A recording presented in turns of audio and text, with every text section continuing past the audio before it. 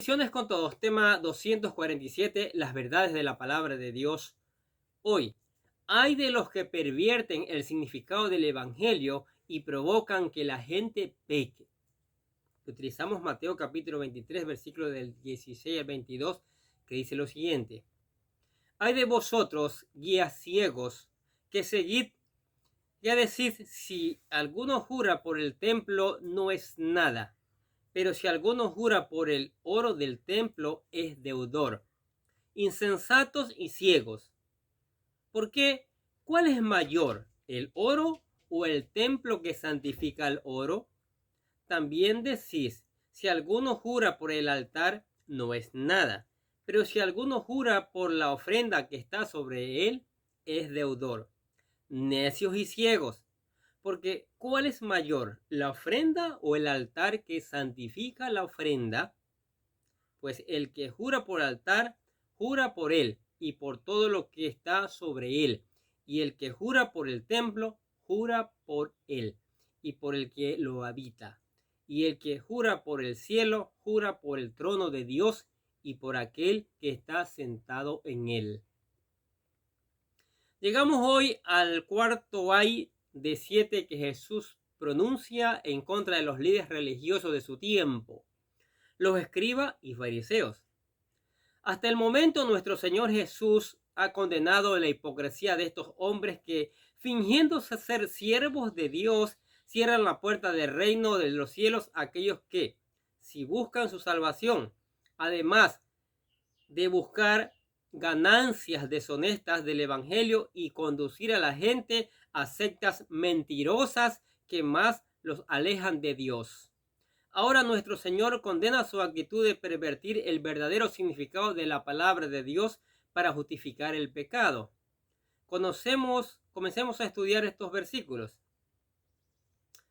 Una mala interpretación de su palabra que conduce a las personas a pecar. Hasta el momento hemos considerado 3 ayes contra los escribas y fariseos, y nuestro Señor es fuerte y directo al momento de señalar el pecado de estos líderes religiosos.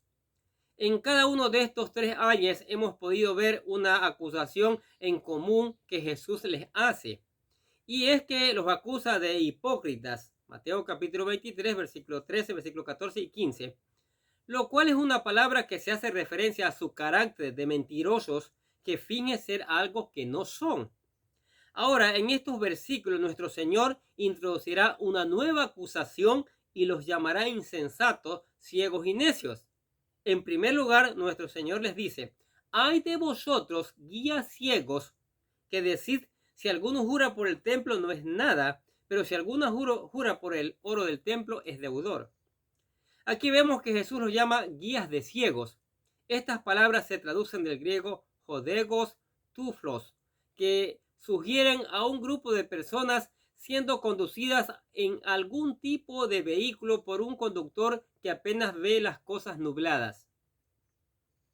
La acusación hacia ellos es referente al tema de los juramentos, ya que ellos decían que si alguien juraba por el templo, su juramento no tenía valor, porque el juramento que sí valía era el que se juraba por el oro del templo. Es obvio que esto molestó mucho a Jesús y se deja ver en la forma de su acusación. Una vez más las acusa con palabras fuertes y que pueden considerarse hasta ofensivas. Los llama hombres insensatos y ciegos. Y estos escribas y fariseos se consideraban a sí mismos maestros de la ley. Pero Jesús les dice que no son más que unos insensatos e incapaces de entender la palabra de Dios y explicar la verdad divina de manera eficaz. Jesús contradice la enseñanza de estos hombres. Ellos afirmaban que el oro del templo era mayor que el mismo templo y, por tanto, cualquier juramento hecho sobre el templo carecía de valor y daba lo mismo si lo cumplía que si había jurado por el oro del templo. Pero nuestro Señor dice que esto no es así, porque todo lo que esté por debajo del templo es santificado por él, así como el altar santifica todo lo que se ofrece. Mire lo que dice Éxodo capítulo 29, versículo 37. Pero 7 días harás expiación por el altar y lo santificarás. Y será un altar santísimo. Cualquier cosa que tocare el altar será santificada. Por esto mismo Jesús agregó: también decís, si alguno jura por el altar no es nada, pero si jura por la ofrenda que está sobre él es deudor. Necios y ciegos, porque ¿cuál es mayor, la ofrenda o el altar que santifica la ofrenda? Así que las enseñanzas de estos pseudo maestros era errada y por ello los llamas necios y ciegos. Lo malo con esta mala interpretación que estos hombres enseñaban al pueblo es que conducían a los hombres a pecar, ya que cualquiera que hubiese jurado a Dios por el templo, por el altar, no estaban obligados a cumplir su juramento, porque según lo que les enseñaban era mayor el oro a las ofrendas que estaban sobre ellos. Pero esto no era así, ya que en los libros del Pentateuco el Señor demanda a los israelitas a que cumpliesen sus votos y juramentos. Escuche lo que dice Números capítulo 30, versículo 2. Cuando alguno hiciere voto a Jehová o hiciere juramento ligado con obligación, no quebrantará su palabra, hará conforme a todo lo que salió de su boca. Para Dios, cualquiera que prometiera hacer algo debía cumplir su palabra, de lo contrario sería menor por no prometer nada. Cuando Dios hace promesa, dice la palabra en Eclesiastés 5, del 4 al 5, no tardes en cumplirla, porque Él no se complace en los insensatos.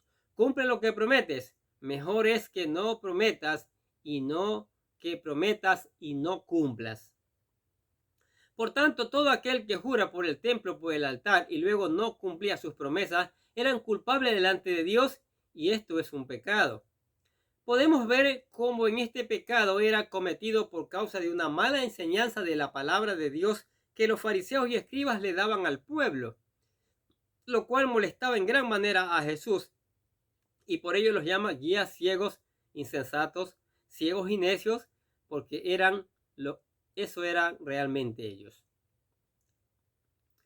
Ante este error doctrinal, el Señor enfatiza la correcta interpretación. Dice: pues el que jura por el altar, jura por él, y por todo lo que está sobre él. Y el que jura por el templo, jura por él, y por el que habita. Y el que jura por el cielo, jura por el trono de Dios, y por aquel que está sentado en él. En general, cualquier juramento, sea hecho por el templo, por el altar o por el cielo, jura por Dios, quien es el dueño de todo y está por encima de todo. Así que la enseñanza principal del juramento o los votos no está tanto en el hecho de que si es bueno o no jurar, sino cumplir aquellos que prometemos, porque de lo contrario se nos tomaría esto por pecado. Por ello, en otra ocasión nuestro Señor les dijo en Mateo 5, 33, 37 lo siguiente: además habéis oído que fue dicho a los antiguos: no perjurarás, sino cumplirás al Señor tus juramentos. Pero yo os digo, no juréis en ninguna manera, ni por el cielo, porque es el trono de Dios, ni por la tierra, porque es el estrado de sus pies, ni por Jerusalén, porque es la ciudad del gran rey, ni por tu cabeza jurarás, porque no puedes hacer blanco o negro un solo cabello. Pero sea vuestro hablar sí, sí, no, no, porque lo que es más de esto, del mal procede. El deseo de Dios es que nuestras promesas se cumplan y no seamos mentirosos. Por ello, no es necesario andar haciendo tantos juramentos para impresionar a los hombres o querer darle a nuestras palabras mayor confiabilidad. Mire lo que dice Santiago capítulo 5 versículo 12. Sobre todo, hermanos míos, no juréis ni por el cielo, ni por la tierra, ni por ningún otro juramento, sino que vuestro sí sea sí y vuestro no sea no, para que no caigáis en condenación.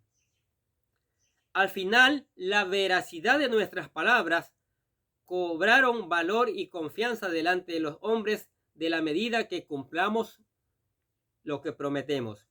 Que Dios nos ayude a todos para conocer la palabra de Dios y con la ayuda de su Santo Espíritu la comprendamos poniéndola por obra para nuestro propio bien.